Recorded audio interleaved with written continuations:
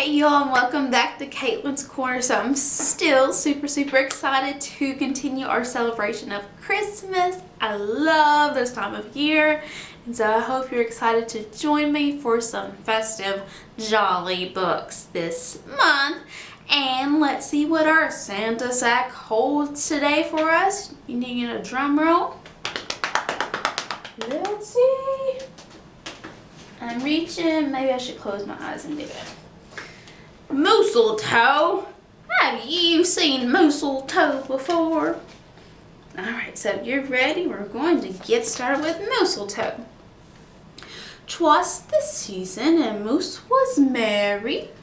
He joyfully tickled the ivories with a tuneful of tidings and a flurry of fa-la-las. He was so full of ho-ho-hos, even his moustache had the holiday spirit. He moustached you a question.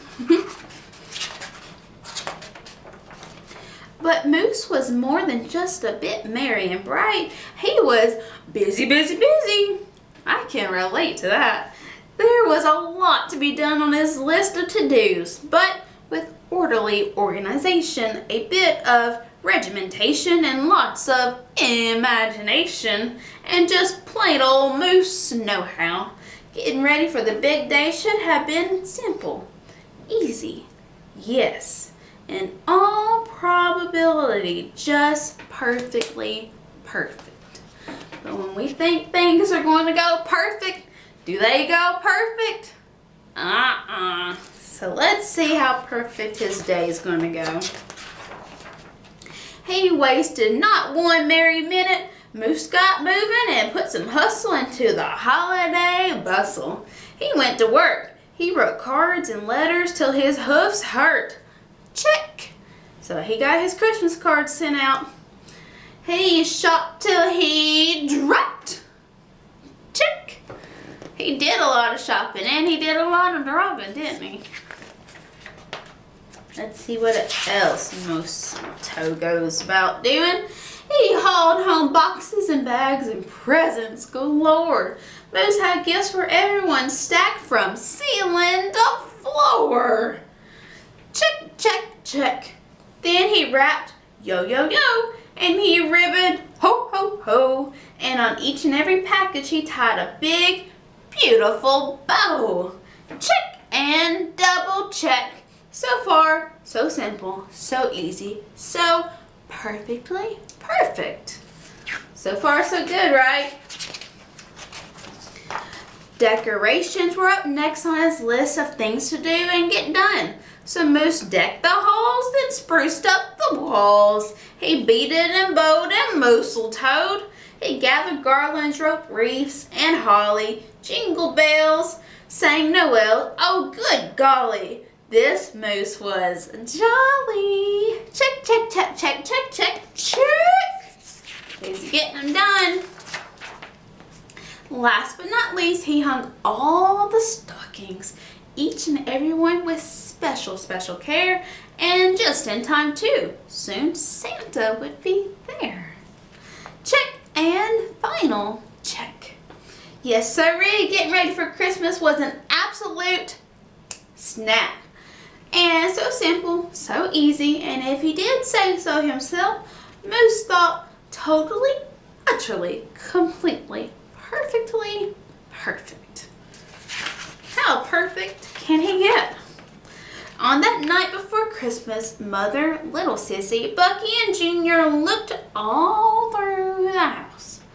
What a job Moose had done! Everything looked bountiful, festive, quite fine indeed.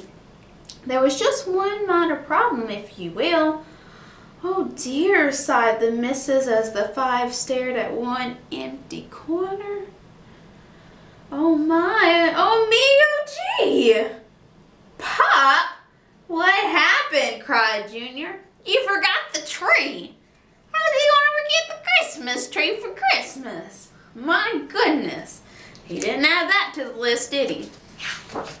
Poor Pop. Oops. Well, where would they hang the tinsel? String the popcorn? Light the lights? Where would Santa leave his gifts for the kiddies on Christmas Eve night? So Moose pulled on his galoshes and put on his hat. He would find a tree somewhere, somehow, and that's all there was to that.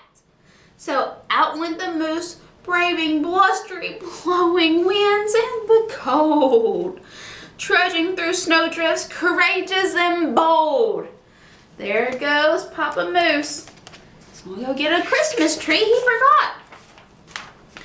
Moose first hoofed it down to the corner. Not a tree to be had. Then he slid around the block. Uh-oh. Things were looking bad. He went down every boulevard, street, and little road. He looked down lanes and alleys. Every tree had been sold. There wasn't a branch, not a twig, not even one lousy, boughless bough hanging around. Nope, nothing. Not a tree to be found. Not a tree anywhere on Christmas Eve night. No tree, sighed a sad moose as he came home empty-handed that snowy eve. The kids tried to make the best of it. They said, "Oh, so who needs a tree?" But Moose could plainly see that they were short on the glee. He knew he had to do something, and that's just what he did. In the empty corner he stood and spread his arms out very wide. What's Moose gonna do? Then he smiled at his children, and he winked at his bride. "Kids," he declared, "fetch your forgetful pop some of that tried and true family glop." What? What's Moose gonna do?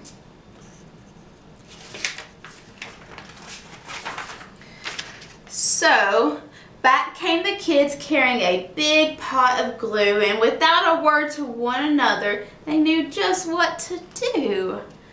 They each took a part, grabbing strands, taking hold, then carefully, oh so carefully, they glopped and they plopped, and they pasted and they pressed. They curled and twirled every which way a follicle could fathom, until Moose's magnificent moustache was indeed even more of a marvel to see.